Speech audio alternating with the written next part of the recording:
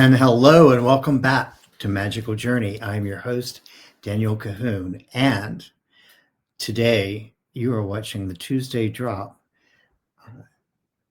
Before we get started today, I've got a really great show for you guys. I'm excited about this one because this is one I've been waiting for a bit.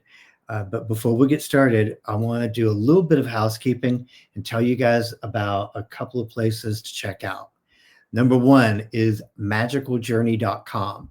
Now, this is where you can get all of the links for my social media.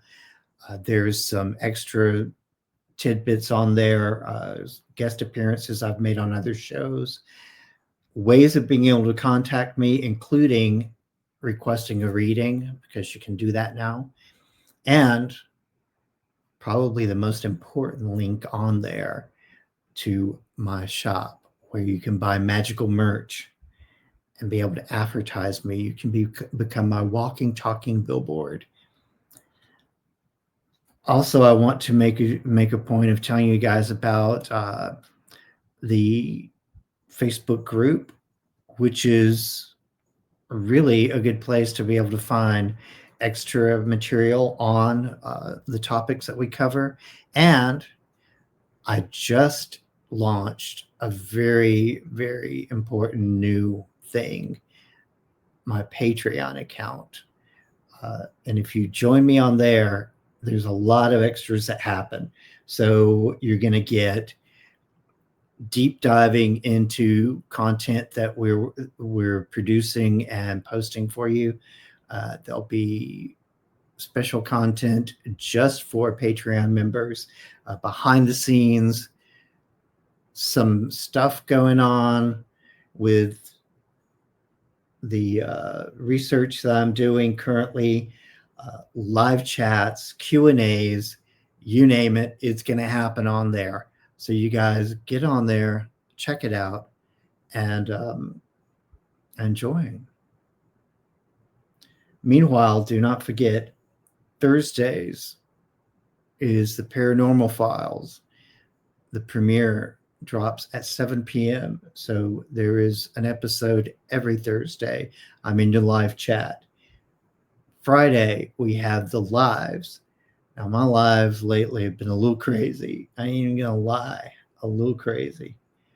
And then, of course, the Tuesday show. As always, don't forget to like, share, and comment. And if you have not subbed yet, shame on you.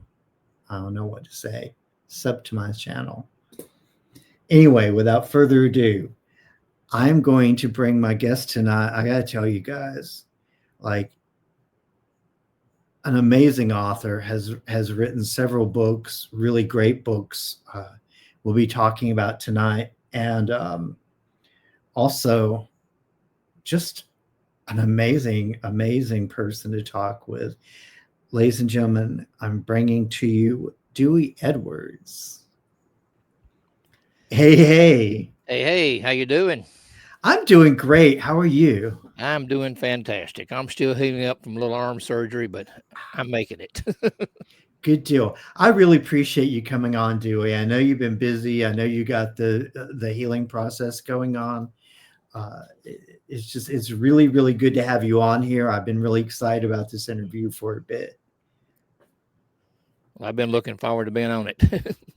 Good deal. All right. If you will you tell us a little bit about yourself? Promote any content, any products that you have? Sure. My name is Dewey Edwards. I go by the nickname of the Deuster that was given to me by Jesse and Joe of Hellbent Holler. And that name stuck.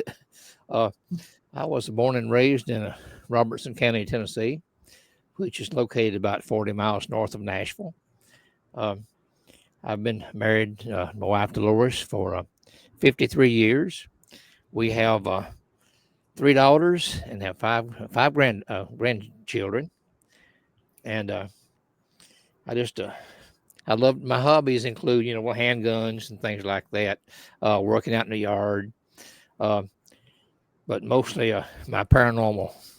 I build the paranormal equipment and my own research equipment, and I just love doing it. I love writing. I hated history when I was going to school. I hated it with a passion. But when I got out and realized, hey, it wasn't that bad, So Right. the first book I wrote was called Execution of Murder, and I probably got 20 years or better of research just in this one book.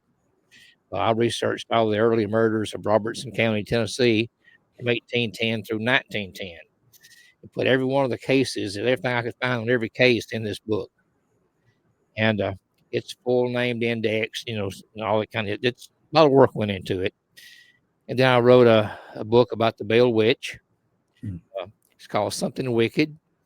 Uh, the next book I wrote was Lights Out, was the murder of L.S. LaPrade. It was a horrific murder that happened in 1880 that resulted in 10 men getting lynched. And it went worldwide. This one did. I wrote a book on it. Nobody else would touch it, said it was too controversial, but I went ahead and did it, and it's been a good one, been a good seller. Next thing I did was called Trials and Tribulations, just little odd things, odd things that happen here in the state and in the county, the great earthquake, things like that. The night the stars fell, just a lot of little odd stuff. And then, because me and my wife, we do paranormal investigations. We're ghost hunters, you might say. And the next book I wrote was Ghostly Whispers, which is our life as paranormal investigators. And in fact, my house here has 3 spirits in it. And we see 2 of them pretty regular. One of them, we never see her, but she's very vocal. It's a little girl. She talks to us every once in a while. And then my next book was called Eye in the Sky, which more or less deals with UFOs, things like that.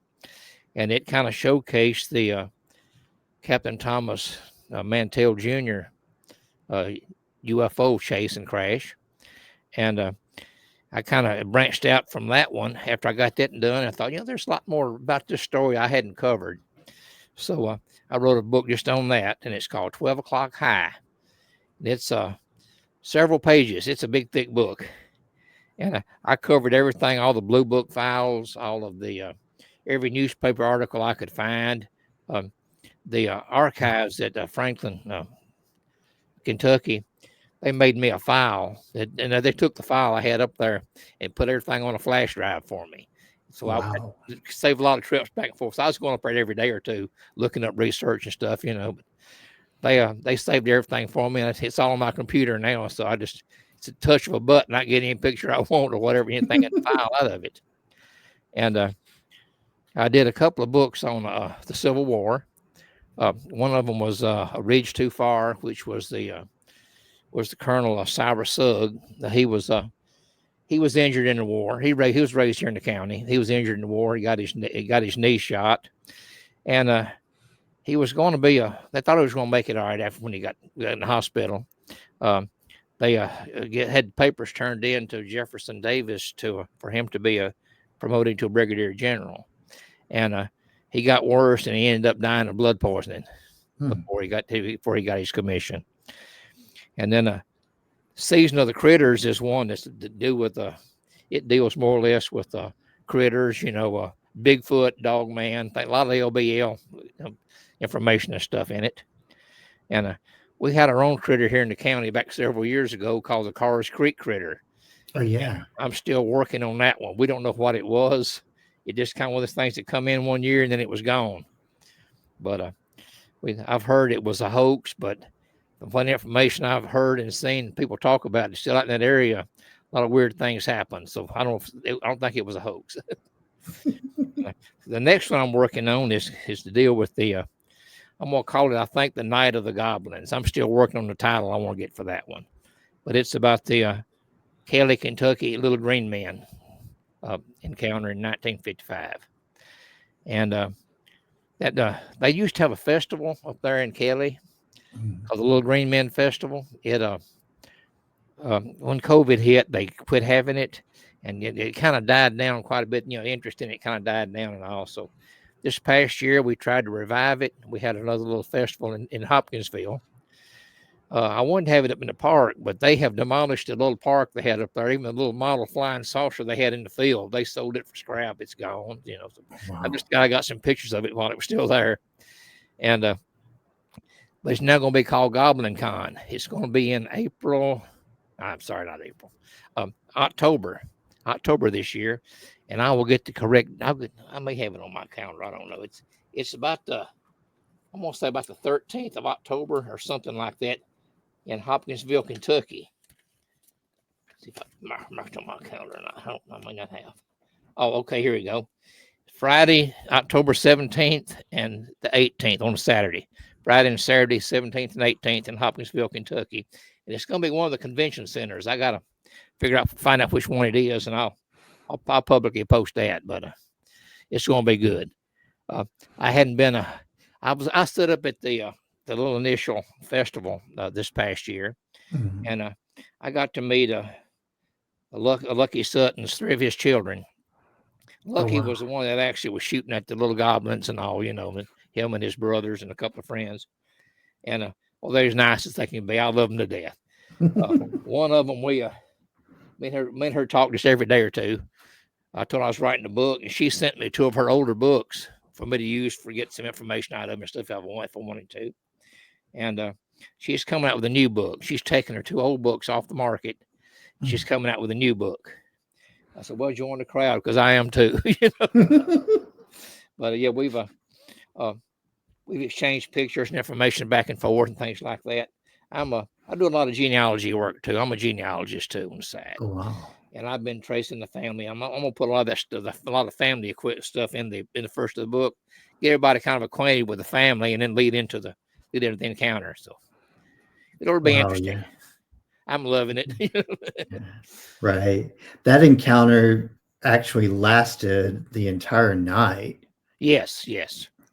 It started about 7 o'clock and 7 to 7:30 or something like that. And then I think sometime up in the night they took a break, run off to Hopkinsville to get the police involved in it. And they come back and couldn't find anything. And then after the police left, they come back again, So it lasted well into the night, And one of the ladies there was so terrified. She left and said she never would come back to Hopkins, come back to Kelly again. She was old family friends, but she never would come back. Wow. It was pretty horrific on them. And, and I really believe it happened. I mean, all the newspaper articles I've been reading, it just makes me mad to read them. All the media was just making fun of them, saying they were drunks, country bumpkins, hillbillies, things like that, but I've got a little theory. I don't want to release it just yet, but I've got a little theory of what happened. I think it's going to prove that it happened, but it's that whole, that whole area through there is just a paranormal hodgepodge. Yes, it is. Yes, you got Hopkinsville, then you got Katie's, and then right down the road you got Land Between the Lakes. It's all it's all kind of interconnected. No, the LBL just terrifies me just thinking about it. So one of the things that you mentioned, one of the books that you mentioned, 12 O'Clock High, very important case, a very big case. Can you clue us in a little bit about what happened with this? Okay, there was reports from all over Kentucky. This was June 7th. I got my days mixed up. Sorry, January the 7th of 1948. They had reports of these strange sightings in the sky, especially over all these military bases and things like that. Mm-hmm. And they were seeing one at over Fort Knox, Kentucky, and they watched it for a while through binoculars and couldn't identify it. Well, they were going to send a crew out to try to investigate it. It just so happened Captain Mantell and had 3 of his wingmen were coming back from a training mission in Marietta, Georgia, and they were en route, so they just asked him if they would go check it out. Well, Mantell and the 2 of his wingmen, they took off. One of them didn't have enough gas in his plane, so enough fuel in his plane, so he went back to base, and they took off after it. Well, Mantell must have had the best plane, evidently. He outdistanced them in a heartbeat. He was way out ahead of them. They couldn't keep up with him, course, Mantell, he was only 25 years old, one of the highest decorated pilots in the Army history, and he had the distinguished flying cross and everything. But he got from World War II. He actually flew missions over Normandy and released gliders, during the Normandy invasion, D-Day, and but he took off after this thing, and he said there were several. We don't have exact what was actually said because there was no recordings made of the conversations, and all we got is what word of the people that was in the tower, had heard him say, and but they said he was traveling about, I think, 200-mile-an-hour or something like that, and he says it was going off and leaving him, and the top speed of this P-51 Mustang was right at 400. And he was having trouble catching this thing. Well, he finally got close enough to it, but he went up too high. I don't doubt that he died because he ran out of oxygen. He didn't have enough oxygen. Didn't have oxygen in his plane. It wasn't equipped with oxygen, and so he went too high and blacked out. And that's what somebody says. I happen to think if this thing was a UFO, it may have used a tractor beam and may have pulled him that high. Who knows? That's another theory. We don't know. But there were some people on the ground that saw some kind of weird things going on, like a puff of smoke coming out of the plane, all that kind of stuff before it started spiraling down, all this kind of stuff. Every newspaper report you read said that the plane exploded midair. The plane did not explode. What they heard was one of two things. He broke the sound barrier coming down, which the P-51 Mustang couldn't handle that kind of speed. So that it'd get that fast, the tail section would vibrate and fall off of it. And the tail section was off the plane when he crashed. Another thing too, the engine, it had this Packard. Packard Merlin engine.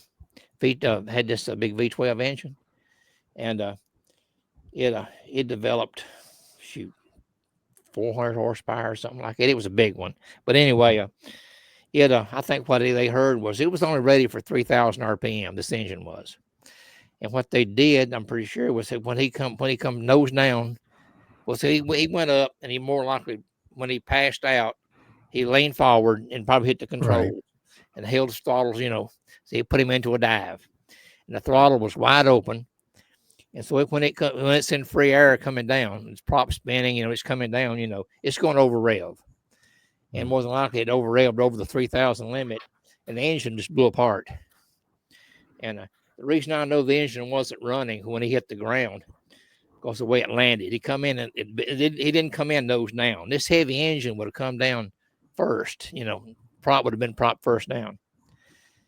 When it hit the ground, the prop wasn't turning because the way it landed. He landed belly down, and you figure there's 4 blades on this propeller. So you got one at 12, 3, 6, and 9 o'clock, you might say. The one at 12 o'clock was still on the prop. It's sticking straight up. And then when they lifted the plane up out of the ground to recover it, they found that the one at 6 o'clock was down in the ground. And they it come out of the ground when they lifted the plane up.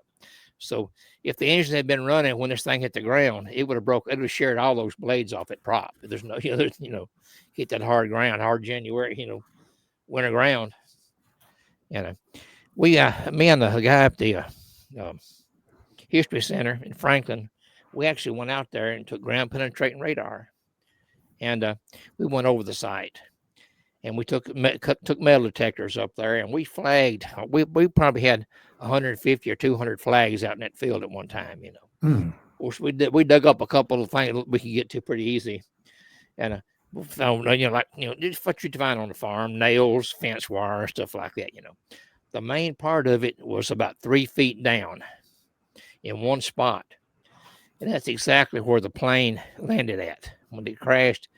And what they did, they lifted the biggest part of the plane up, took dozers, and just buried everything. Everything else was buried there at the site. Wow. And the metal detectors and ground penetrating radar went crazy. And we're going back up there and do an excavation. We already got permission from the people on the property.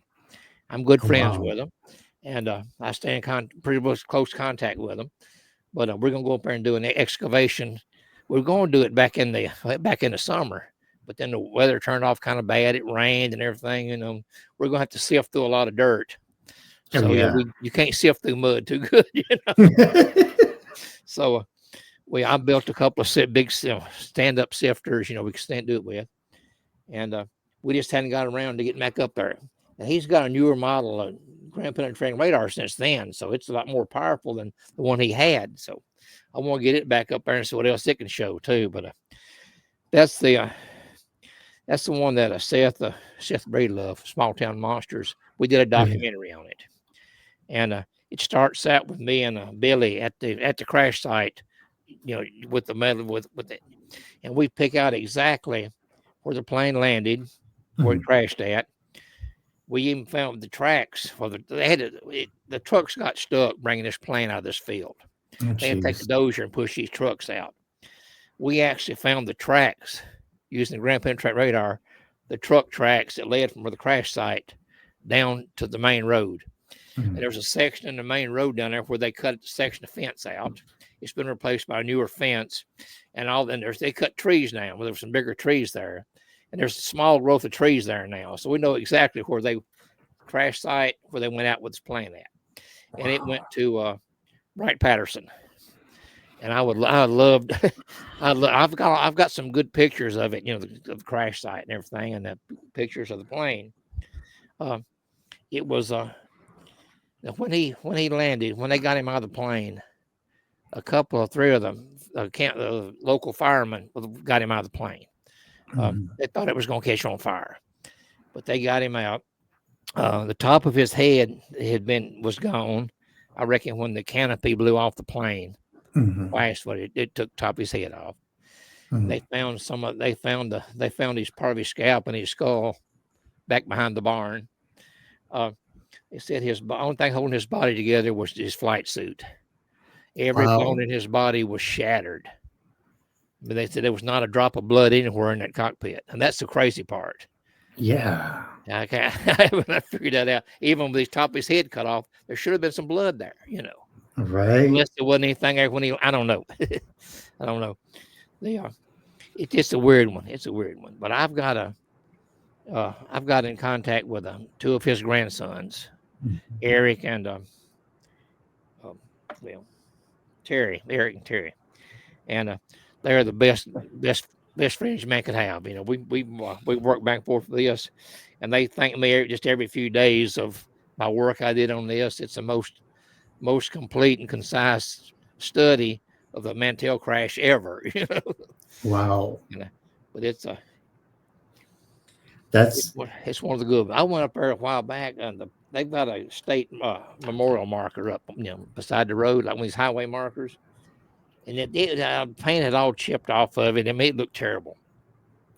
I went up there when I said, "This guy, he deserves more than this. He's an American hero, Right. He gave his life for his country." And so I went up there and I went to Lowe's and got me some paint, some paint brushes, and sandpaper and things like that. I went up there and I cleaned that joker up, and it looks like a brand new one. Repainted everything. It looks great. And they thank me 1,000 times for doing that. And I say it's the least I could do. He's my hero. Well, when you do that much work on somebody like that, you really get to know them. Really get to know them. And actually, I just almost felt like he was my brother, almost. But when first time I went to the crash site, it was so emotional. I just broke down and cried. I couldn't handle it. And the last couple of times I was up there, I broke down. But it's just overwhelming. Just did it happen like that? But we've got there was a couple, three people in that's going to be in the documentary. They actually witnessed the crash. The little girl, she was only like 4 years old. She said she didn't actually see it. They wouldn't let her go out there. But the boy, he snuck out there later on, But yeah, and then one of them saw it. He saw it from a distance. He saw it when it crashed. In fact, he was among the first ones that was there, But I've been trying to find I got his death certificate and all that kind of stuff, and it says the cause of death was dislocation of brain. Now, it didn't say plane crash and like it dislocation of brain. The way I understand it, anytime you have a big impact like that, your spinal cord will separate from your brain, So that's what they were calling it. But I've been trying to find some more information on that. I'm pretty sure there was an autopsy done.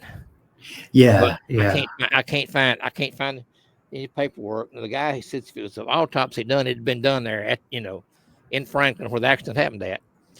But the coroner there said he hadn't seen any information. He couldn't find anything on it. God. Well, they loaded his body and I reckon on a casket or a coffin or whatever, and put it on a train and sent him to Louisville for burial. A couple of crazy things that I read. It was one report said that he was buried in a lead-lined coffin, which was common for crash for UFO crash victims. But and then I read another one that says he wasn't buried at all. His body was preserved for further study, which means that lead could have been due to radiation, or was just add weight to the casket. Where people would, or and then the lead would keep it from getting X-rayed later on too if anything was in there. I don't know. It's crazy. That seems really out of the ordinary because you don't have lead-lined coffins just for anybody. That's right. Exactly. Sure. Yeah, exactly. And the fact that there was so much, just brutal damage done to the body. Yeah. I realized going down at the speed that it went down and so forth, and the impact had quite a bit of trauma to the body, but it seems to me like it was kind of an overabundance for that type of crash, an overabundance of damage. I did a lot of research on the P-51 Mustang, all the specifications, everything I could find on it, I put in the book, and it like I said, it wasn't designed to handle Mach 1 speeds, They got one or two up to Mach 1, but like I said, the tail section was vibrating so bad it tried to separate from the plane, Now when Mantell was in the war over Normandy, his plane got shot up. He got in some hit some flak, and evidently it took his back end of the plane got destroyed just about, and one wing got destroyed, and he had a hard time flying it. At the same time, he had his engineer back there it blew the cables apart, and back into the plane. They were trying to fix them. He had a fire on board. He's trying to keep his plane under control. The wing is where it's destroyed. And he's got this glider behind him. He's towing, full of people people. And he's got to make a decision. He decides he's going to try to do it. Well, I know the thought was in his mind, like, what's going to happen when I release this glider? He's using that glider as drag to keep his plane under control. Right. What's going to happen when I release this glider? Well, he released it, and he didn't make it back. He didn't make it back to base. And see, when he hit the lucky he made it. There was planes parked on both sides of the runway, and he made it down through there and didn't destroy a plane at all. And they ruled his plane was unflyable when they inspected it. I reckon they just scrapped it out, But he was a heck of a pilot, evidently. Right. Well, and that's the thing, was like, even like in all the stuff that I've seen or read, there was a lot of talk about him being a very excellent pilot. Just the fact that, like you said, his experience in the war and so forth, and then this final flight, it doesn't add up. It just does not add up. And I really gotta get a hold of that book and read it now, because that sounds like. Now we're talking about the radiation. Yeah. they've got a small piece of this plane, or maybe a 6-inch circle or something like that. This plane that somebody had picked. Well, the guy that runs the history center, his mother picked it up off their farm, which is right next door to where this plane crashed at. Oh wow. And she gave it to him. They got it on display at the history center. It's in a glass case. It's about a foot down inside from the top, inside the case on a little display stand, and it's about a foot from the front of the glass case back in it. I took my Geiger counter up there and got 68 counts per minute just Wow. through the glass. I don't know what it would have been if I'd have actually got up to it itself, But I wanted to get out and look at it, but the guy that had the key, he wasn't there to let me get into the case. So next time I'm up that way, I may try to get a little closer to it and all. But I don't know where the radiation would have come from if it wasn't from the UFO, or what they say was a weather balloon. Yeah, It was that's supposed to have been a top secret skyhook weather balloon. It's what it's supposed to have been saying, but I don't buy it. I don't buy it. that's their story with everything. Hinkle, who was part of the Blue Book project, he was from out of the Chicago area. He would come up with some really crazy explanations. Anything from swamp gas to, of course, yeah. everything was a weather balloon if it wasn't swamp gas. Well, it went 2 years or better. He said it was Venus he was chasing. I think Heineck was the one that come up with that one, And then later on, he disproved himself on it and said, no, it wasn't Venus, Yeah. There was. The crazy part is that when Ruppelt took over the case, it's a Project Blue Book. That was one of the first cases he was going to review on it. And then when he went to get the paperwork had all been destroyed. It'd been microfilmed and destroyed. And then when he went to the microfilm was damaged. He had to start all over, so all the evidence had been destroyed, Wow. Now, the interesting part, too, one of the things I find interesting is there's really no clear-cut direction to get there, like from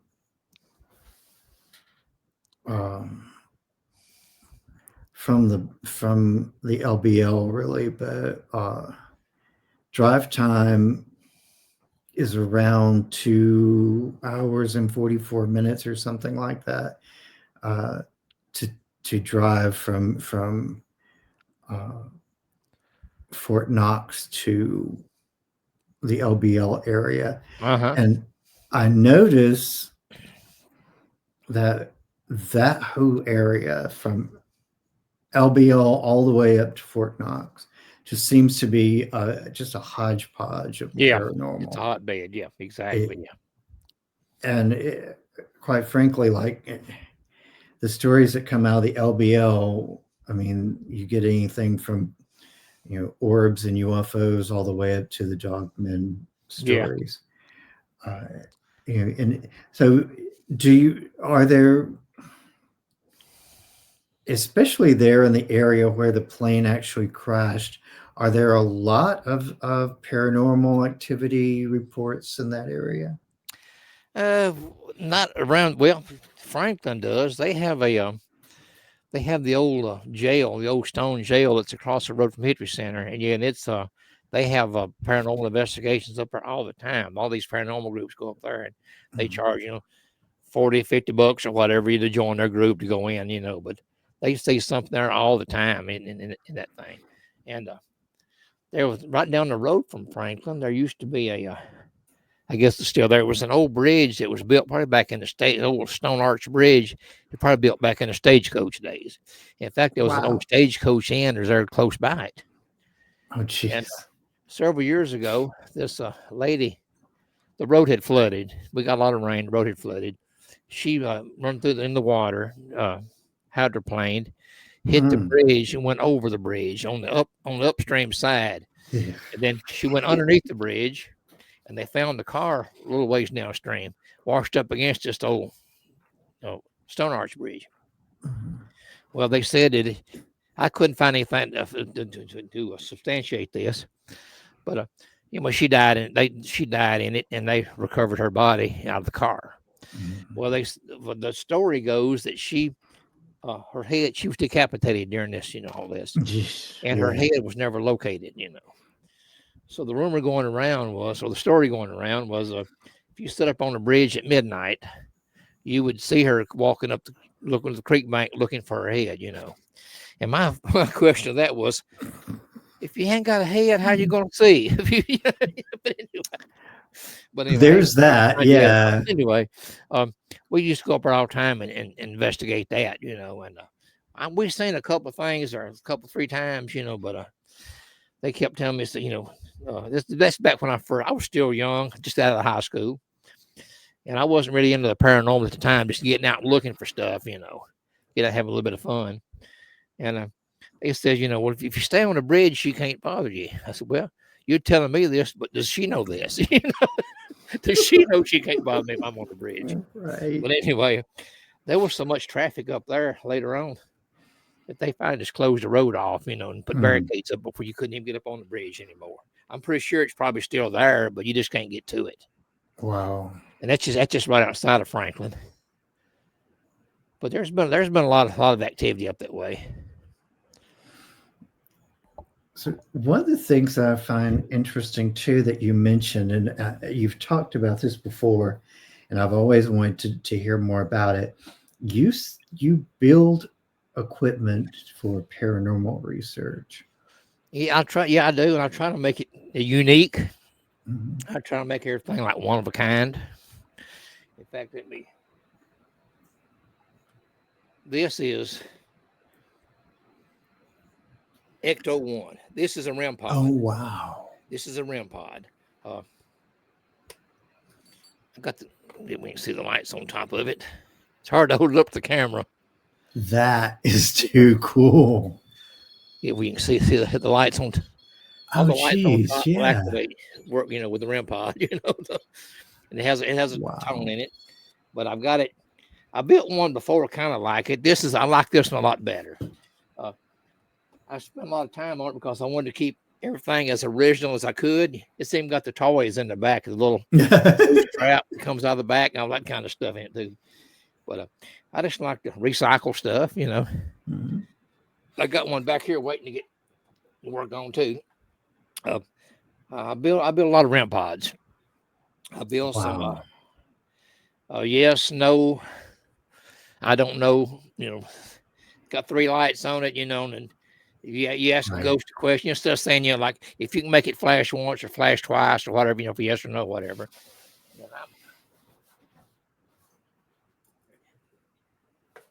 That's what this is going to be. Oh, wow. That is cool. LEDs in the eyes and one in the nose. And I've got to put the jacks in it. I'm going to plug the antenna. There'll be 3 antennas on it. They'll be sticking up. And, if you ask the question, all I got to do is say, touch the left side for no or right for yes or something like that. Just I built a device for Jessie Hillbent Holler. She hasn't unveiled it yet. We did a kind of a small unveiling at CryptidCon, and had a lot of people that are wanting to fool with it. She told them no pictures. She locked it up quick and put it up. But it's gonna be a life of a game changer when she does finally decide to break it out.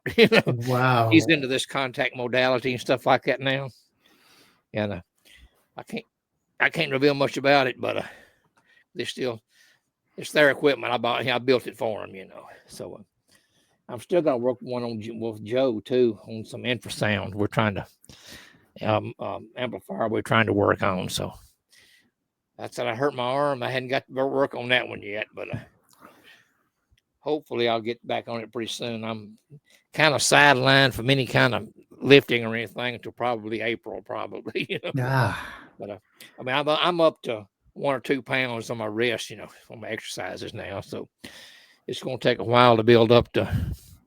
But what I was, it wasn't what I was lifting; it was how I lifted it. I was moving a piece of this Inventec flooring. It's 3/4 inch thick. It's highly compressed. And it weighs 75 pounds a sheet. And I didn't move it out to where I was going to put it down at, but at one corner it kind of slid off the edge of the base. And I just reached down one arm. We're going to try to pull that corner back up. I thought, oh, we've done that kind of work, and it felt like a rubber band snapped in my arm, and it took my breath. I'm not lying. It took my breath. It hurts bad. Wow. I went and said, we need to go to the doctor. So couldn't get an appointment. It was several days before I could ever get an appointment. No. And I finally got an appointment, and I went in, and they sent me over to get the MRI done. So I got the MRI done. They called me back the next day and said, you need to come in. We need to discuss your options. I thought, that don't sound never good. Never good. So I went in, and the doctor looked at me and shook his head, and I said, is that bad? He said, it's that bad. He said, it's so bad. And he's an orthopedic surgeon that replaced my knees and does some work on my shoulders too. He says, I'm not going to touch it. He says, I'm going to refer you a professional over to Vanderbilt. Wow. That's what he did, Dr. Weichert, and he did an outstanding job. He's a great doctor. And but it was a little while. See, it was almost a month before from the time I got injured to the time I got my surgery. It was, and in fact, I was at CryptidCon, had my arm in a sling, like but I couldn't, I couldn't do anything with it. And but hopefully, I'm on the mend now, and everything will be getting ready. I'm ready to get back out and do some more investigations and things like that. Of course, we got a big snow coming in tonight, supposedly. So yeah. We're offering for 5 to 7 inches of snow here tonight. So I don't know what's going to happen. They've called school for tomorrow. So yeah, they got a state of emergency declared for Tennessee right now because of that. So you do a fairly good amount of paranormal investigation then. Yeah. I prefer to build equipment and experiment with it, but yeah, we get out. We don't go to any commercial buildings and do an investigation, Yeah. like Waverly Hills, There's the Octagon House up in Franklin, a little bit north of Franklin, Kentucky. That's supposed to have a lot of paranormal activity to it. It is built back to Civil War days and things like that, But my only problem with doing things like that in commercial is they could do anything inside the walls they wanted to. They could, right. do anything they wanted to. Put speakers. You never, you don't know. So we went to Gatlinburg one time. They had this ghost hunt, and we almost went on it. And so I got the reading. It says, we guarantee you'll see a ghost. I thought, no, it's got to be fake. They can't, we've been doing this for years, and I've experienced some of them, but you don't see that many of them, So no, it's a fake, Right. Now, I will tell you, I've seen some video. I think the one that really surprised me was on Black Mass Paranormal, where Brian went to one of the churches there in the Cove, and they caught things like something running across the floor toward them and stuff like that in that video. And I was like, wow, that's kind of creepy. So Cadiz Cove tends to be very paranormal. And I forget which, I wish I could remember, Dewey, what church that was that they went to, but it was one of the ones that I want to say it's the Methodist church, but it could be wrong. But they caught some crazy stuff that night. Yeah, it is. Yeah, go ahead. Yeah, and then there's the one cemetery over there in Gatlinburg. I forget. It's like right down in the downtown area. Yes, up on a hill back behind one of those little strip malls. Yeah, I've been in that before. Yeah, I think that's where the ghost hunt was going to start out. I think that night. But is that the one right over by the putt place? It's back behind some little. I'd have to go back and look and see. I've been there a million times at Gatlinburg, but every time you go, it changes. Oh yeah, You never know. We were there for the Bigfoot convention, Yeah. and I wasn't that impressed with it. Yeah. I enjoyed CryptidCon. The only thing bad about CryptidCon was that the motel is the old. We were in the old section of it, and there was no elevator access. We was on the second floor, no elevator access to our room. Here I am with my arm in a sling, can't even do any lifting with it or anything, having to pack our luggage and stuff, coolers and everything up into the room. I tried to get her room changed. She said she couldn't change it because they were booked up. Well, this is 11 o'clock that morning. They already let me into the room. They got plenty of time to swap room numbers with somebody else. But Right. I was kind of upset about that. So I may go back next year and may stay across the street in another motel instead of that one. But I really enjoyed it. We met a lot of good people there. And Joe and Jesse from Hellbent Holler were there. Ron and Joe from Wild and Weird, West Virginia, they were there. They're good friends of mine. And just met a lot of good people there. I met the bunch from Mountain Monsters, Wild Bill, and all of them. They were there. And but the one I was most impressed with was Thomas Winterton from Skinwalker Ranch. Oh yeah. Yeah. He just down to earth. We talked for hours, it seemed like. And we had a long line behind us. We were talking. We just kept on talking. I said, well, let me get through. He said, no, they'll wait. We talked on for a little bit.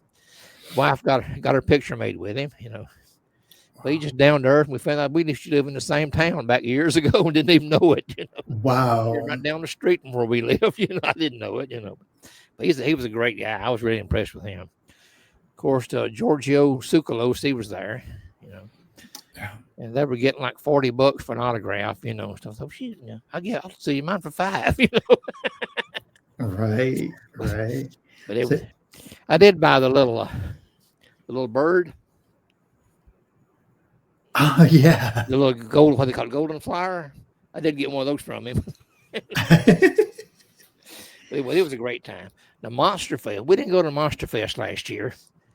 We did the year before in Canton, Ohio. That's the one that Seth Breedlove puts on. Small Town Monsters puts on. Oh yeah. And we had a great time at that one too. And we didn't get to go this last year, but I'm planning on going next year. If he still has it, I'm gonna plan on going next year. So yeah, he did. They were wanting to publish my book for me, the 12 O'Clock High.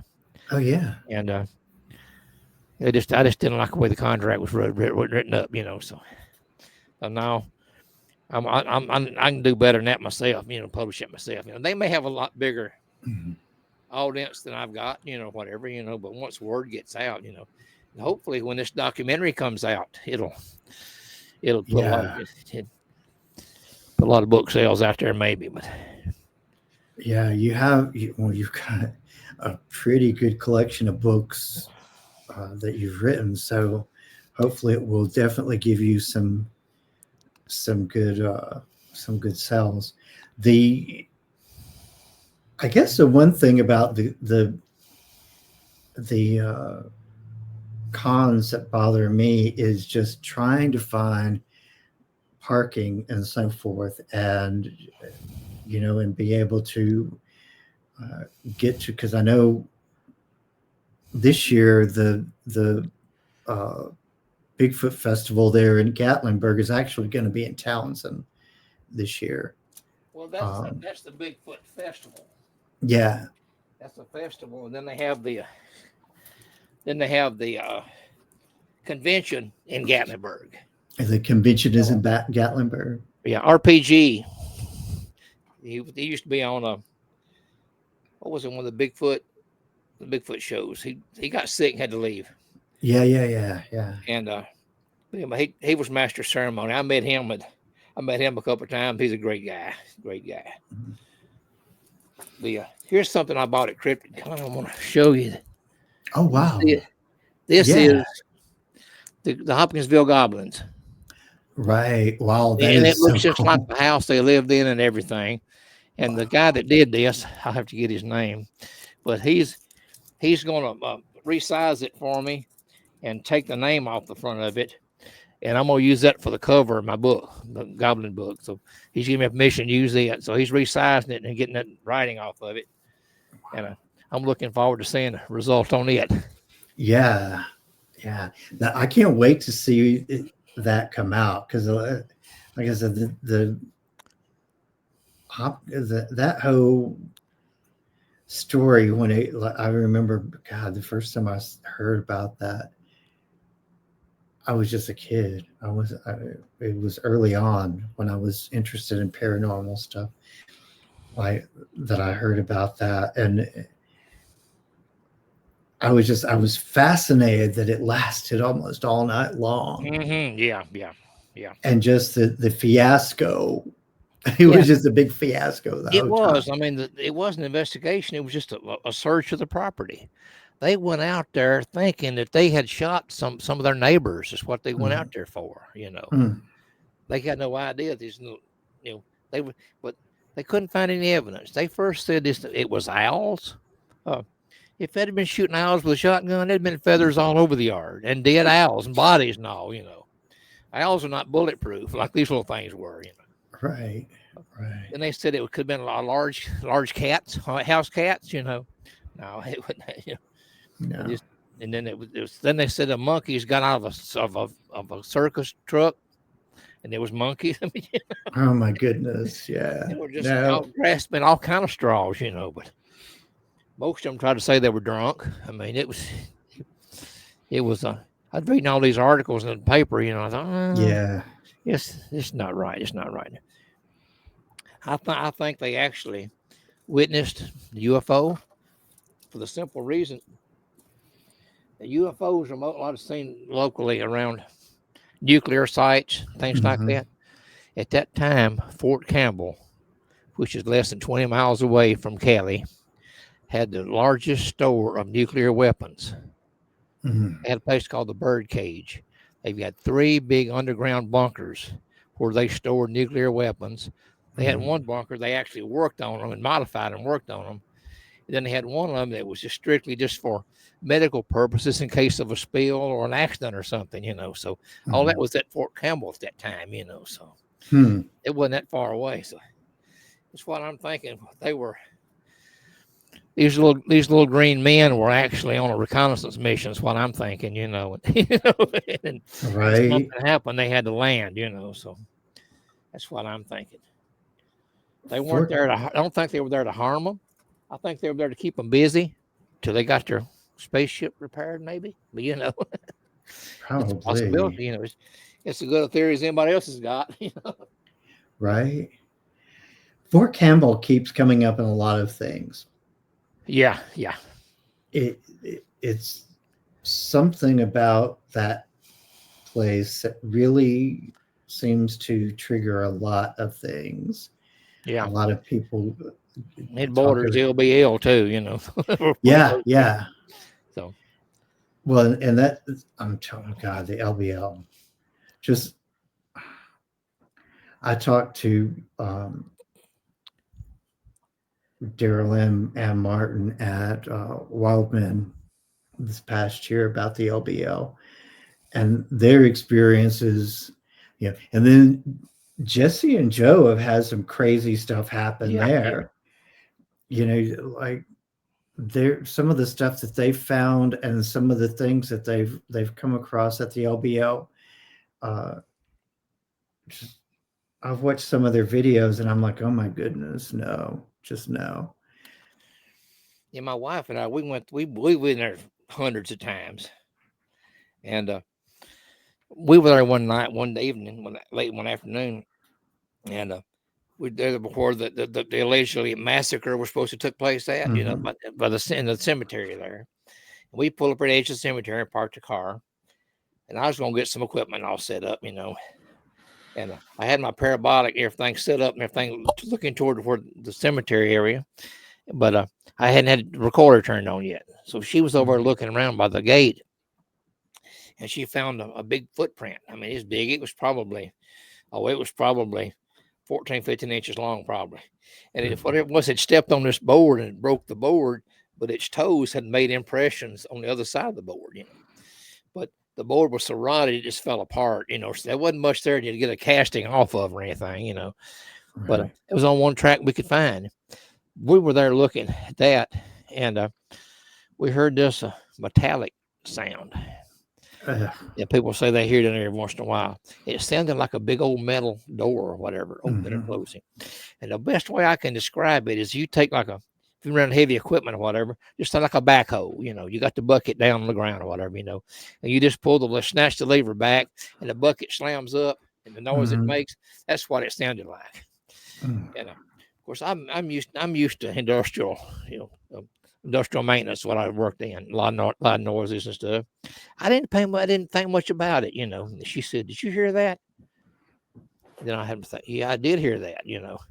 So we went back to the car and put on established a defensive position. I put it that way. You're not supposed to have firearms there, but I'm not going without them.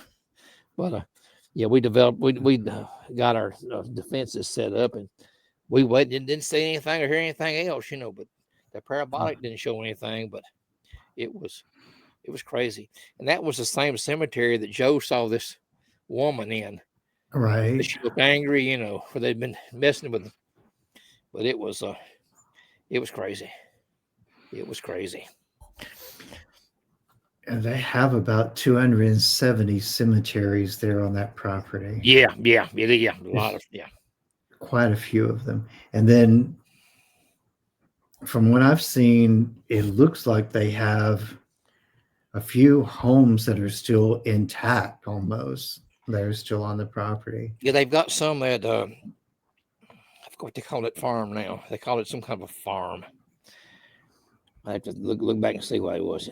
Well, I've been there a couple of times. In fact, we went there with Joe and Jesse once and walked kind of through it, looked through some of the buildings and all. There's it's supposed to be a weather monitoring station, but it's got a big high chain link fence around it between and we don't know what that was. And then right down from it was like a big concrete outhouse. Oh. There, right down by the lake, and the door was missing. But you tell it had been somebody took the framework of the door, the big old metal door. We found it in one of those buildings, and the way it was mounted, we got to looking at the way it's mounted. You lock yourself in. You don't lock. The lock was not outside. The lock was on the inside of the door. Big heavy bolt you lock the door shut with. So whatever it was meant for somebody to get in and protect herself. It was weird. Yeah, there's a lot. We've been all over LBL just about, and I ain't been back there in a while. I need to go back, but we just had so much other stuff going on. My wife has so much. She runs a sewing and embroidery shop here at the house, and she just stays so busy. It's hard. She's covered up most of the time. In fact, she turned away work left and right before Christmas because she couldn't get to it, But most time we'll just take a weekend off and go down there, and look around, ride around, But I like it down there. In fact, I installed both my vehicles. I have dash cams. I've got one facing front, and I got one facing back. Because a lot of times you'll miss something in front of you, and they'll cross behind you, So all my vehicles have front and rear facing dash cams just for that. Wow, yeah.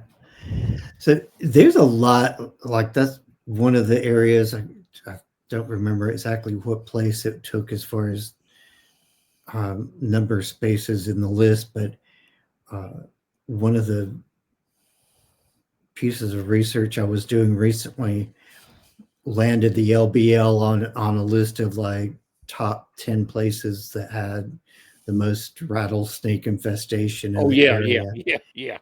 And apparently it's very high. It is. It really is. They also have a lot of ticks and chiggers too. Oh yeah. So you really have to be kind of careful when you go down through there. One of the areas I know that people have talked a lot about is the Devil's Backbone, which apparently is a very dangerous little area. Yeah, it's kind of that's some rugged ground there. It's just I don't know how anybody would climb up and down those hills, to tell you the truth. It's very rugged, very rugged. Yeah, I believe. I like to go there. I haven't been up to the because I had knee surgery about 4 years ago, Yeah. and I was wanting to go to the Vampire Hotel. Oh yeah, yeah. I wanted to go to it, and I hadn't made it yet. In fact, I couldn't. I didn't. But you have to walk about a quarter mile or something like that off the road to get to it. Best I remember, that wasn't. It was like this little narrow road. You couldn't drive a vehicle back in it. Oh yeah. Somebody, So somebody was I telling me wasn't that. walking that far. Yeah, somebody was telling me that it was quite a little jog off the road to get to that, because I had asked somebody about it, because it looked like it was in a really kind of out there place. Yeah, and apparently, like they have quite a bit of activity at that little spot. Yeah. So I don't know. We found a bunch of tracks at Demumbers Bay, just a little bay off. It's an LBL, and Yeah. it's I mean, there were some wild looking tracks. I made pictures of them, and they were like wolf prints the size of my hand. I mean, it was. Yeah. I guess they were wolf prints, but it's what they looked like to me. But there were some tracks, and it looked like something had chased a deer out into the mud. And it was, I mean, you tell there was a little battle, a little fight went on there, But anyway, but we didn't find the deer tracks going in, but none coming out. So evidently, whatever it was, had picked the deer up and packed it out. Evidently, Oh, jeez. We couldn't find no tracks where it escaped. So, wow. But it is wild. I mean, you get down there at night, and you turn all your lights off or whatever, and it's so pitch black you can't see your hand in front of your face. Sitting there one night, and I thought, this is crazy. Something could walk right up and take a rock, smash my window out, dragging me out of this truck before I knew it. Wow. What was going on, So yeah, and there's a lot of. Isn't there a lot of like drug activity in the park sometimes and stuff? Yeah. Yeah. So you got to really be careful when you go. Yeah, exactly. I know the guys were telling me, don't go there by yourself and don't go at night. Right. Exactly. Yeah. I've only been there once after dark, and most time we'll go early in the morning. It's about maybe an hour and a half drive from my house. We'll go through Clarksville, go down to Fort Campbell, and go in that way. 79. And I got some friends that live there in Dover. I got some of the Bumpus Mills, and in fact, we're supposed to go back and do some more work there at Bumpus Mills when the weather breaks a little bit. I got a friend down there. He lives right on the lake, and we're gonna try to set up some equipment and everything to do a little recording or whatever. But like I said, just gotta wait till I get healed up and I can do something. Right. Yeah, because you don't want to be like in a lot of pain when you're traveling through those areas. That's definitely one of those areas you want to make sure you're ready to do. Yeah, we were there with Joe and Jesse and them one night. Back there, so for Martin Groves' alleged attack happened. Right. And I was there, and they brought out these pheromone chips and put them out and like that. And they were going to do some calls and stuff. I said, here I am. I just had knee surgery. I can't hardly even walk. And I sure can't run. You're going to call something out. And I can't get away. I said, I'll tell you what I'm going to do. I'm going to make my way back toward the truck. And I'll wait for y'all up there. And it was starting to rain. Wow. It got nasty. It was raining. Just a miserable night. And we were sitting there, and this big old owl, it had a bluish silver color to it. Wow. Flying out of the woods and landed across the road in front of the car, and it sat there for a long time. And wife said, that's kind of weird. That's kind of a weird color for an owl, and as big as it is, And it sat there for a few minutes, then it finally just up and flew off, but back up toward the cemetery, And I said, it was kind of weird, Right. It's interesting that people keep talking about the big owls, because there've been a lot of reports of giant owls in like over in Ohio, Indiana, some around Chicago. A lot of the supposed Mothman sightings there in Chicago. Yeah. People, some of them say that they believe it may be a giant owl or something, but others say it's the Mothman. A lot of people have been seeing those over around Little Village, especially there in Chicago area. But one of the things that I noticed that actually Tom on Eye of Jupiter had an interview with a guy who I want to say he saw a giant owl in Indiana. And his story was that was crazy. He wound up seeing this 10-foot tall owl looking thing with like, wow. With a bunch of apparently a bunch of babies with it. Cause he said that there were like some that were 3 to 5 foot tall that were with it. Wow. Yeah. I'm like, yeah, that's too much. Yeah. That's too much. Yes, no, thank you. So that whole area is just, it really is. It's the government took the people's land from them.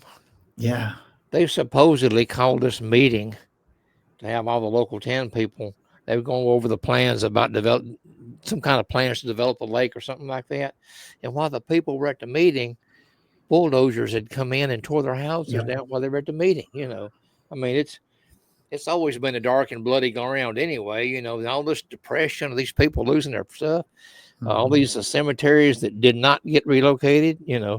Some of the tombstones may have gotten moved, but I'm pretty sure the bodies wasn't. No. There's still graves that pop up out of the lake when the water's down. Oh yeah. Yeah. So I mean, so it's all that adds up. I mean, it's the ground. The ground is stained. I mean, with all this depression and loss of, then we had the Civil War there too. Who knows what all went on there then. Okay. And of course, Fort Donaldson is right there. Right by it, in Dover, as you go in, and then you got at Fort Henry, which is on the other river, on the Tennessee River. It was built in a low area that shouldn't have been built in. It was in a flood area. In fact, it was flooded when it was attacked, and most of their cannon powder got wet, all that kind of stuff. They only had about 4 or 5, cannons to use, and then one of those exploded and killed 5 men. And they buried them up on the hill above Fort Henry. They're in between the lakes. So they call it, I think, Confederate Cemetery. I think what they call it. And it's there's the other 4 of them have names on them. One of them says unknown. I spent about 2 years researching, trying to find who this guy was. I finally found a record that told what his name was. And I told the people at Fort Donaldson and there at the History Center in Dover that, I know what this guy's name is, I said, I've got proof. And I showed them the proof. It says he was killed in an explosion at Fort Henry, It plainly says that. And so hopefully they're going to get his marker remade with his name on it, So I haven't heard anything, from them since with that tornado come through and tore everything up, and caused a lot of damage down that way too, after that. So hopefully then one of these days they're going to get it done, maybe. Yeah, that tornado did a lot of damage, like you said. I noticed there was, I think it was one of the videos that Joe and Jesse did, that they kept finding debris from the tornado there in the park. And I just thought to myself, wow, that was ugly, and it was very close to where the park was. Apparently where I'm located at is about 2 hours from the LBL, three and a half hours from Gatlinburg, and about an hour out from the Cumberland Ridge. So So I'm kind of like right on the very outskirts of Murfreesboro area, and Okay.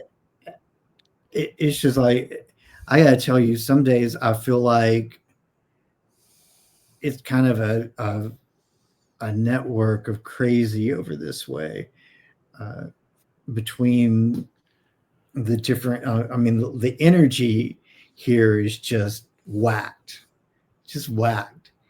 Um, from all of these different locations. So whenever people talk about a lot of high strangeness going on, especially like around the Cumberland Ridge area and Uh-huh. the LBL, I'm like, yeah, I believe it because I can Yeah. feel it this week. Yeah. Um, it's So literally, you're in Murfreesboro, Tennessee? yeah, Oh, yeah. okay. Yeah, I got my wife's niece lives down in Smyrna. Oh wow, In yeah, fact, she yeah. lives right there real close to the old Sam Davis home. Oh gosh, yeah. And we did that one day and then just walked around outside. It was closed, they were there, but we walked around outside. I made a few pictures and all. And the last picture I made was at the front door of the house. And you can see this guy's reflection looking out at me. You know, it's not me, because I had a camera up. It wasn't no camera in this guy's face, Wow, you know. But it was wow. that was kind of wild. Yeah, they were Yeah. her son. When the Blue Angel crashed there, what Oh yeah, 3 or yeah. 4 5 years ago, whatever. He was the first one. He took off running. They lived so close. He was the first one there. Of course, Mm. when they got there, they'd run him off, but he actually picked the guy's helmet up, when they took it away from him, and run him off, but it was, Wow. yeah, they live Yeah. real close by. So. Yeah, And that was she sees somebody in her house pretty regular. She says it's a slave woman and her kid that they see going through the oh house. wow. And in fact, my granddaughter actually saw her one time, asked who it was. But she Mhm. come out of the back room and went out the back door of the house. And the door Wow. never opened, but she said she went through the door, and she actually witnessed her doing that. She's even Wow. got a name. I forget what she calls her. She's got a name that she calls her, but she sees her pretty regular. Mm. Yeah, at one point I lived over by the Hermitage. That was another area that Oh was yeah, very, yeah.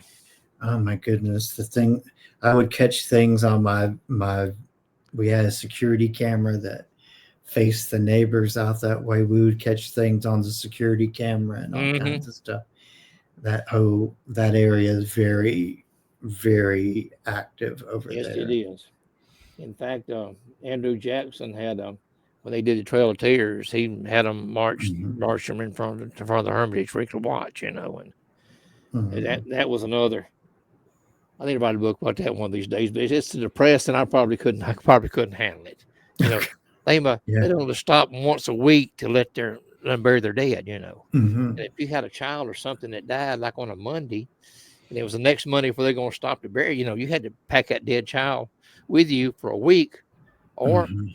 pitch it off the side and go on about your business. So Right, it's right. terrible.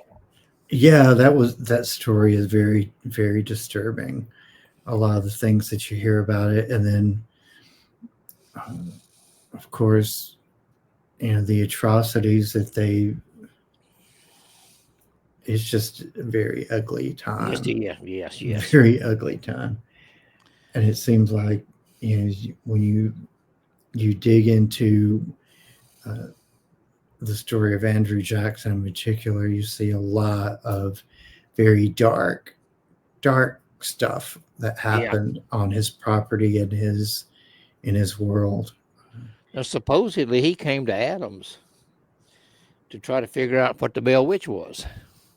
Oh, geez. And Yeah, I remember hearing about no, that. she supposedly locked his wagon wheels up, wouldn't let him go any further and all this kind of stuff. But Mm, we have searched his records and everything, and if he did, he never mentioned it. Of course, one of John Bell's children, John Bell Jr., fought with him at the Battle of New Orleans too. So they were acquainted.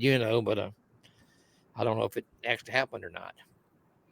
it's very interesting because one of the people who I know and have had on my show before, channels the Bell Witch, and that is just an amazing experience too. Yeah. I've seen some of the video of one of the channeling sessions, and it was terrifying. Wow. Oh yeah. But according to, so he says that the Bell Witch was conjured and created by an alchemist, basically, and to do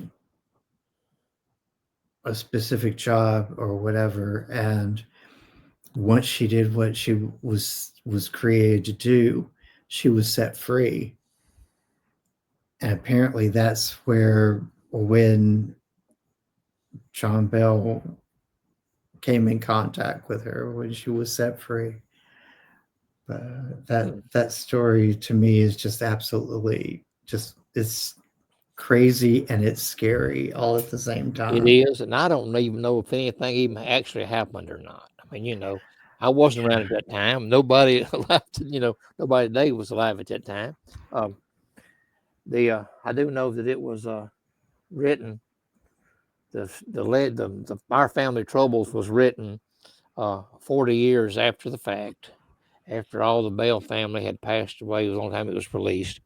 It was written to sell to a newspaper publisher, Martin Van Buren Ingram, in Clarksville, Tennessee, to put into a book and sell it. Oh wow! So that was it. May be all fiction. I have no idea. I mean, there's something's going on up there. But as far as the Bell Witch Cave, I've never been in. I've been up to it. I never have been in it myself. I know I'm friends with a family that owns it. But I don't. The cave may be haunted, but it's not by the Bell Witch. The cave is located beneath a Native American burial ground. Oh, and they always used a portal or vortex or whatever, to select their burial grounds, and before they could travel back and forth, to the next life and whatever. And it reaches down into the cave. So that's why there's a story going around. Of course, I've been involved in three of them. That if you take a rock or anything out of the cave, that bad things will happen to you. My philosophy on that is that portal extends down through into that cave. And if you take anything out of that portal, you're taking a part of that portal home with you. So you can let anything come through, But I had a call from a lady in Florida, and she took a rock from a cave. And she just wanted me to know how to get back to the cave, In fact, I sent her the address. But she said that she took one from that cave, and so the next day crazy things started happening. She lost her job. Wow. She lost her home, her car. Her husband divorced her. She ended up moving to Florida and living in a trailer park with one of her cousins or something down there. And she said things started happening down there then. Said some of the plumbing messed up or something, and they called a plumber in to fix it. So he walked in the house and then come running out backwards, slammed the door and says, I can't go in there. So you got something dark in there, so I can't, Wow. And then the electrician the next few days later told her the same thing, he couldn't go in there. But, I sent her the address. She, I reckon, put the rock back in a box and mailed it back to the cave owners. And I reckon her life turned around, and I kept getting these crazy texts that day, call me, I need your help, I thought, what in the world, and that's what it was, But I've helped two people, and one of them I got her in touch with a paranormal group down in Florida. No, Georgia. It was Georgia, and they, I reckon they went to her and got her some help or whatever, and smudged the house, all this kind of stuff, But she took a rock from a cave too, It is. Yeah, don't take it's a wild things world from out places. There. Yeah, you don't take things from places. Don't take rocks or anything from the Bell Witch Cave. Don't take anything from the LBL. Right. Just leave it all be. leave it Yep, be. exactly. Leave it like you found it. You know, if you're gonna take anything, you know, take the dust off your shoes, but don't take anything Yeah, else. exactly. Bad idea. You know, and so many people, you know, so many people always want a memento from something like that. Oh yeah. And like you say, you never know what's attached to it. You don't want to just like pick up anything and drag it around with you. Right. You don't take things from the Smoky Mountains, never, Nope. ever, for any reason. Bad idea. I took a friend, well, a couple, 3 friends actually, a while back to the John Bell Cemetery, and which is not very far from the cave. Mm. And they and when we went back there, I happen to know it's a restricted property. I mean, you have to know somebody to get on it, or you're trespassing, you know. Oh yeah. And they've got a trail cam set up everywhere that notifies him if anybody, you know, on the cell phone, if anybody's there, you know. So I always make sure I call him and tell him that I'm gonna be over there. You know, actually get his permission to go over there. Now, the guy that's one of John Bell's great grandsons, I guess it is a good friend of mine. He runs the funeral home here in Springfield, and of course he's on the board too. So I know I could always get permission from him to go back there. Right. But we were back there, and this guy named Rick Revel, Rick Rebel, you know, Rick. He we did a little small film on the document on the Bell Witch, and we met there at the old cabin, sit on the back porch, talked a little bit. I had my little side by side with me, so we got done there and piled equipment up, went back to John Bell Cemetery, and we tried to get it, and everything worked great there at the cabin. I got back to the cemetery, nothing wanted to work. The audio wouldn't work. Oh no.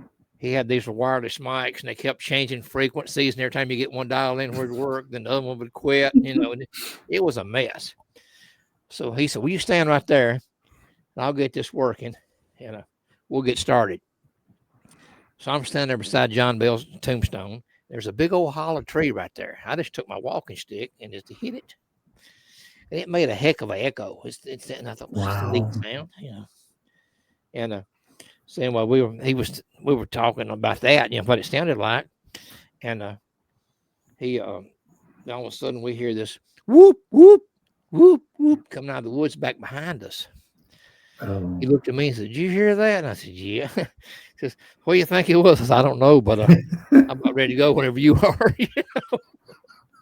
But anyway, we filmed our little segment and everything got done with it. After that, everything worked great. We loaded everything back up, went to the cave, but it was closed that day. So we just stood out outside the entrance at the signs, you know, and did our other little segment there, you know. But it turned out good. But that was weird, just hearing that sound come out of those woods like that. Yeah.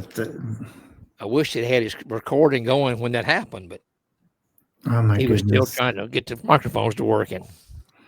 Yeah. I don't want to hear no whooping, no samurai talk. No. Yeah.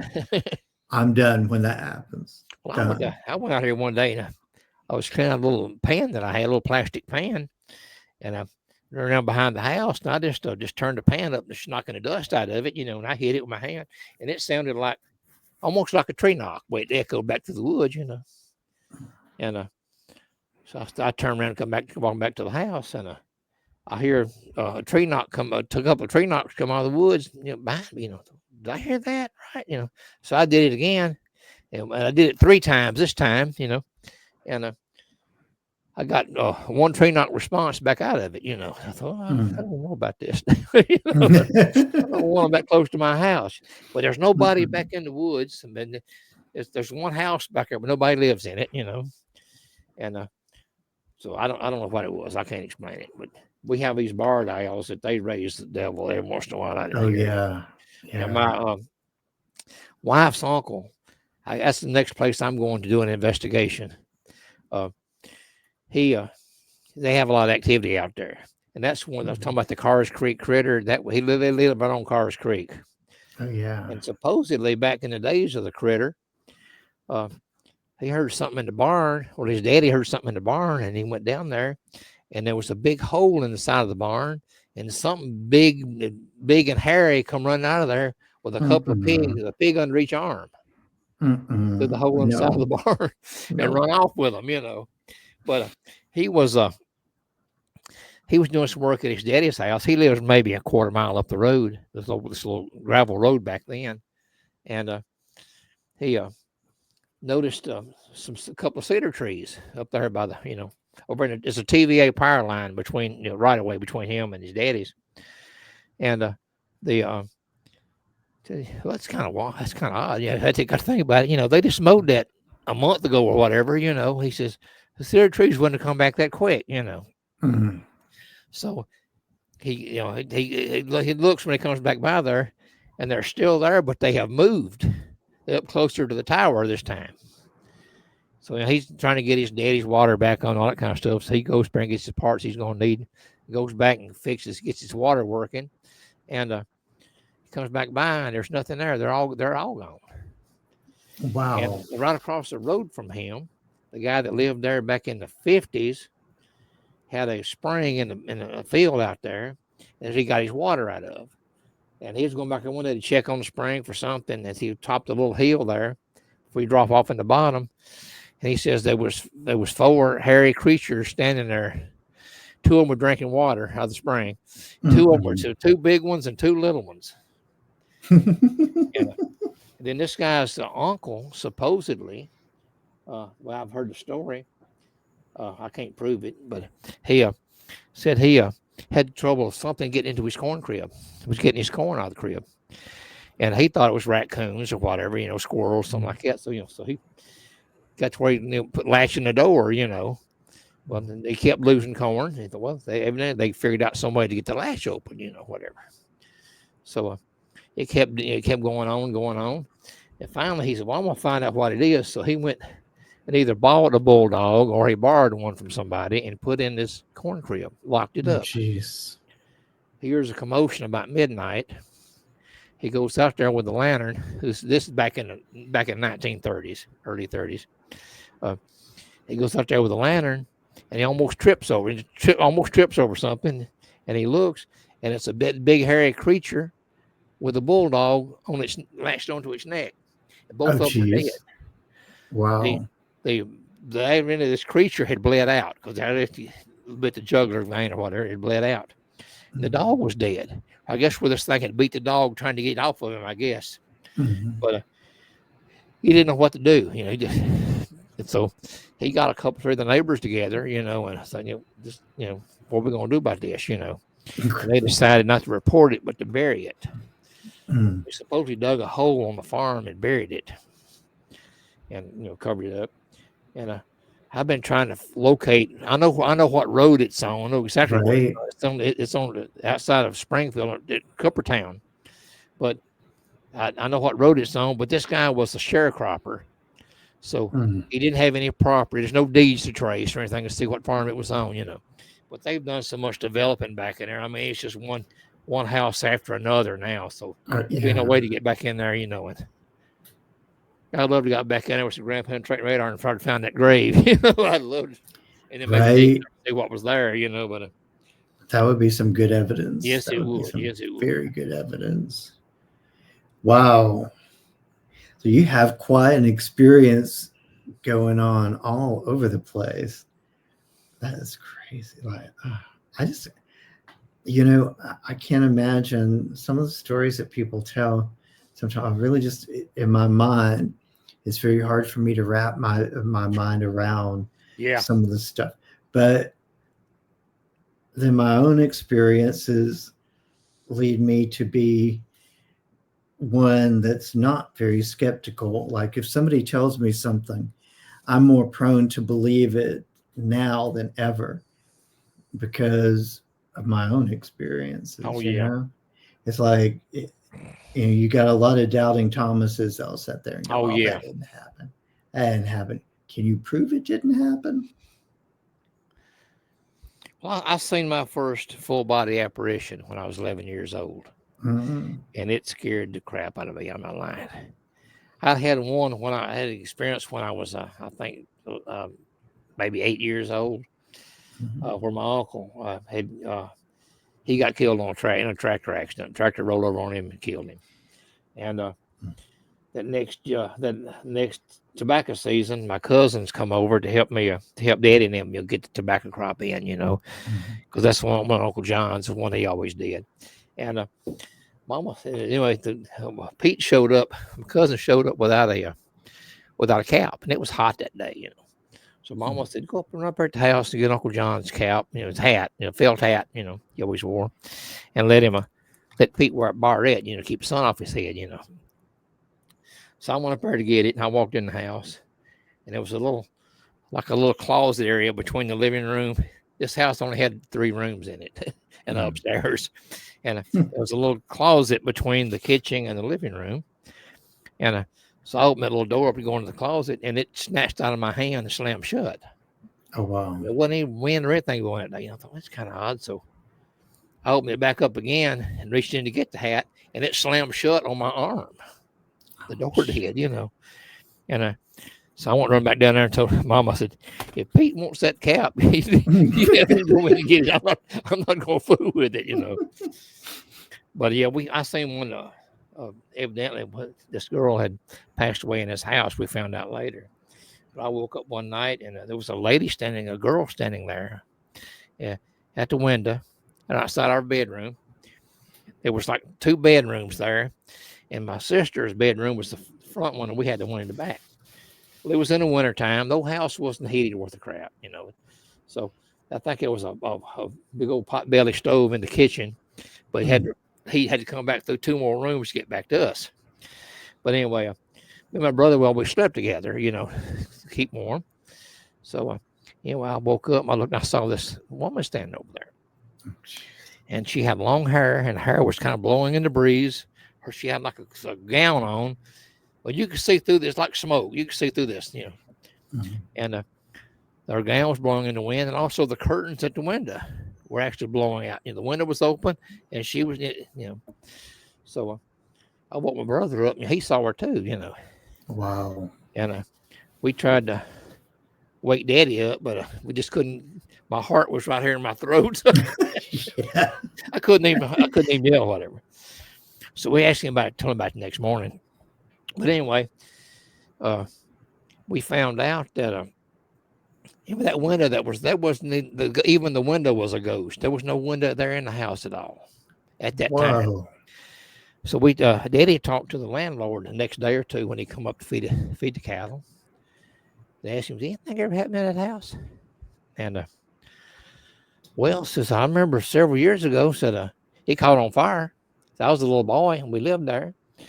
He said it caught on fire, and he says that big old cistern out in front, that big old brick cistern out in front of the house, that big cover over it.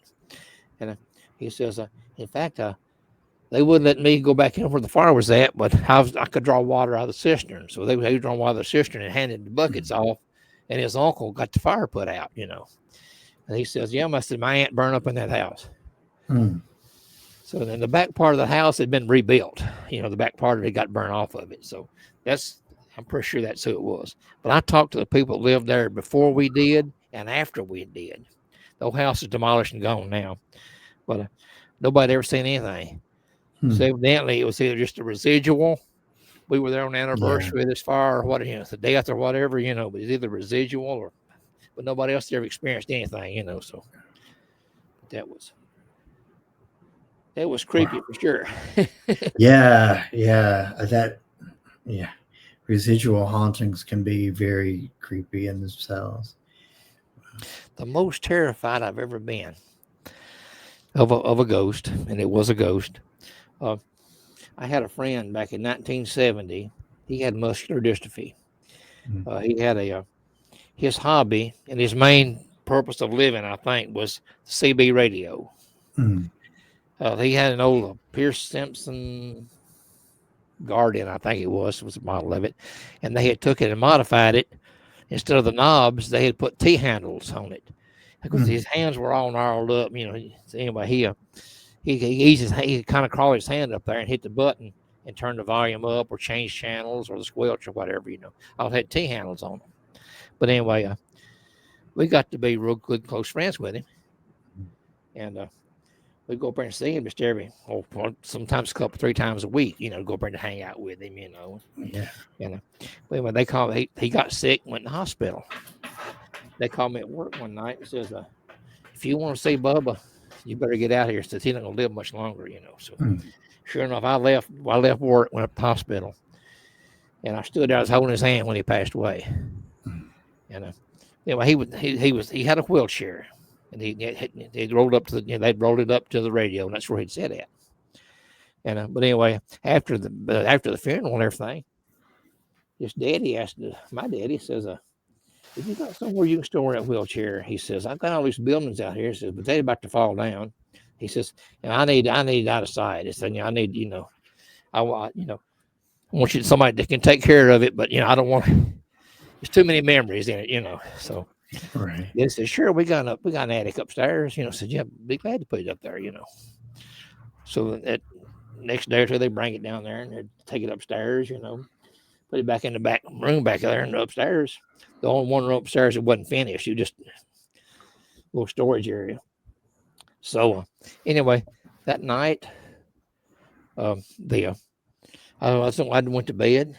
This this door flew open to my bedroom. This cold breeze comes. This is in the summertime now. Cold breeze come flying through, and something walked up to my bed, and it stood there for a minute. I could hear it breathing. I could feel it there. I could feel its presence, So anyway, it sat down on my bed. My bed was actually sunk in. I looked and you could see the bed sunk in, but there's nobody there, And I took my foot and kind of kicked over that, a little bit, and it wasn't nothing there.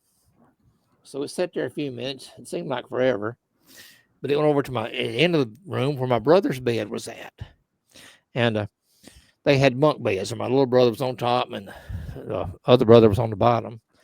There was a ladder at the foot of the bed that went, extended up, get up on the top bunk, and it was there by the door that goes upstairs. It wasn't fancy. You just opened my door up and just rough steps going upstairs. So anyway, it bumped that ladder. It done him the same way. It sat on his bed and spent a little bit of time, a few seconds with him. They headed toward that door, the upstairs door, and it bumped into that ladder going up to the bunk bed, knocked it down. It fell, hit the floor. Whoa. That woke everybody up. But anyway, you hear the scratching, like a cat scratching on a door, like it was trying to get that door open, And but anyway, that's when I come unglued. I found my boy quick, and I screamed for daddy. He come in there, turned every light in the house on. We was tore to pieces. All of us were. Timmy was crying. My little brother, he was crying. And it was a big mess. So Daddy always got up early when he went to work. He'd go out and he never started his car up unless he checked the oil in it first and made sure the car had to be parked perfectly level, and checked the oil every morning before it was ever started. So, he was out there checking oil in the car that morning, and the guy lived next door to us, African-American guy, come up there and said, was talking. He had the horses and a couple of mules and a few cows up at the barn. They come up there and fed them every morning. Well, Daddy, they got in conversations, and Daddy brought the subject up by what we'd seen, or what we heard. And he said, "Oh yes, I believe you." I said, "Tell you what to do." He says, "You need to leave it upstairs door open, prop it open, tie it open, whatever. That boy's spirit's trying to get that wheelchair." And until it does, you'll be haunted from now on out, But he said, tie that door open, block it open, whatever, and let him get that wheelchair. So sure enough, we took a broom, propped it up against the door and held it open. We went to bed. I was terrified again, I didn't get to sleep much anyway. Same thing happened. Door flew open, cold breeze come through. Come over, stood by my bed. He didn't sit on the bed this time. He just stood there. I could hear it breathing. I could feel its presence being there, It went over to my brother's bed for a minute, and it bumped into the ladder this time, but it didn't knock it down. It just screwed it a little bit more. And all of a sudden, you hear this broom handle hit the floor. The door closed, and you hear these footsteps going up steps. Oh, jeez. Heard a little bit of rustling upstairs where his wheelchair was at. Never heard a thing after that. But I tell you, you talk about being terrified. I mean, it was terrifying. You know, I've never been that scared in my life. Wow. Yeah. Yeah. I don't know why I got involved in a paranormal, I guess. You know? Right. I tell you, I appreciate you coming on today and sharing these experiences with us. Yeah, you share some really good stories with us, and I really appreciate that. I really want to.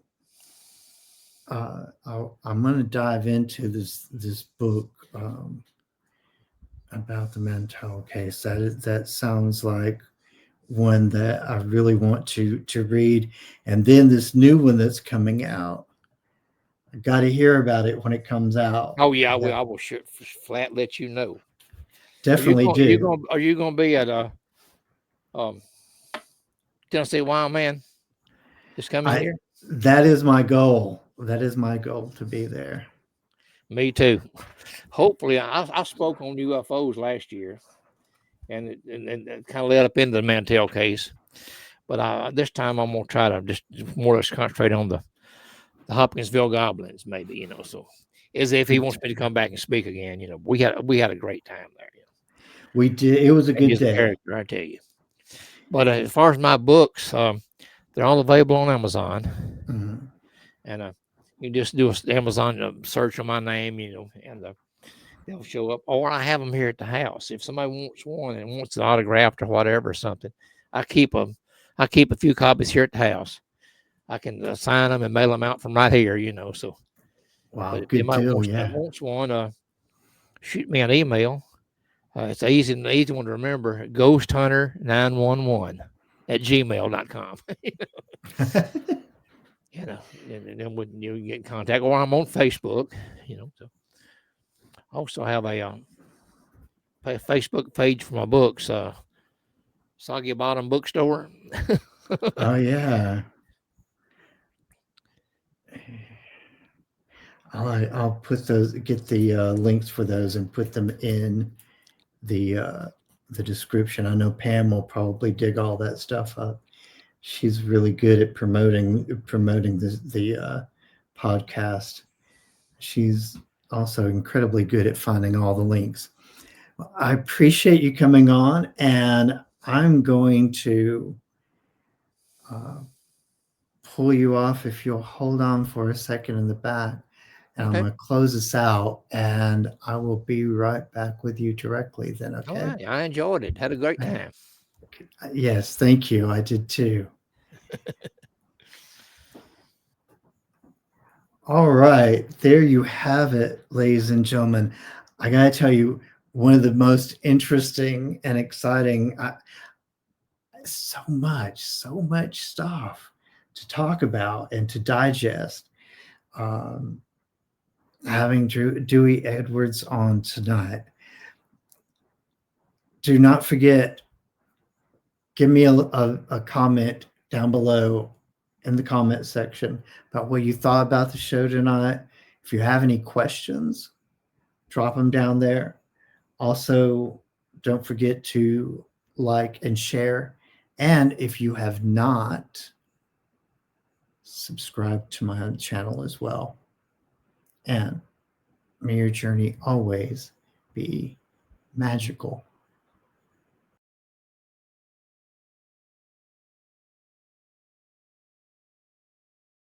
I've waited for so long to see when you come back to me. Through the wars and battles that were lost, we're born again, it's you and me. The rest is history. Past lives.